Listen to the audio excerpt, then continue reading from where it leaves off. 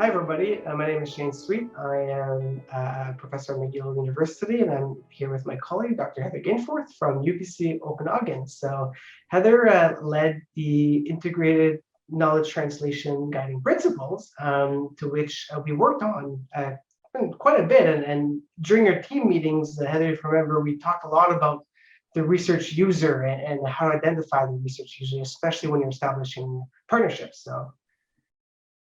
Yeah, Shane, when we were thinking about the definition of a research user, we wanted to make sure that that definition was broad. So we define research users as individuals or groups that will use or benefit from our research. And when we're thinking about a partner, that means that a partner could be a person with lived experience or a patient partner, but it could also be a policymaker, a health service provider, another researcher, professional organizations, funders, industry partners. And it's your job as a researcher to really think about broadly who that person or that group might be.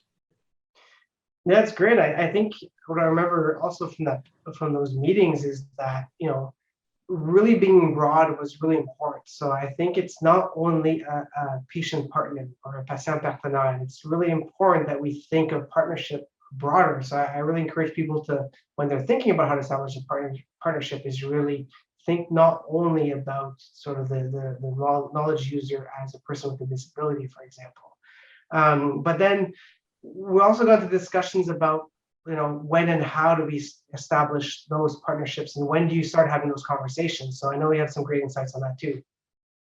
Our partnership talked a lot about at what point in time is it important to engage, and we said it's really important to think about engagement early, well before you ever write a grant, well before you ever start a project, but then to make sure that you're engaging early, but also often throughout that research process. So as early as possible. Yeah, and I think it's also really important that it takes time. Like it takes a lot of time sometimes to find the partnership, to have the meetings and making sure that, everybody's on board and everybody's needs are being met. So I think it's also important for us to remember that we may not find the ideal partner right away, as much as a researcher trying to look for a partner, or if there's organizations or people that want to get involved in research, it also might take a few tries to find the right researcher that can meet some of your needs. So it works in kind of both ways.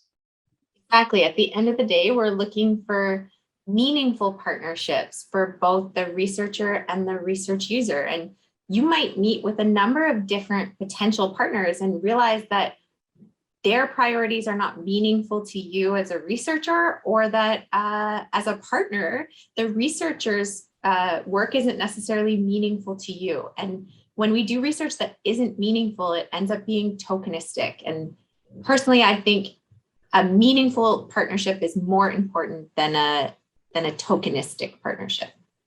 Absolutely, I agree. So remember, I think engage early, engage often, and don't be shy to have those conversations with people. So thanks, everyone.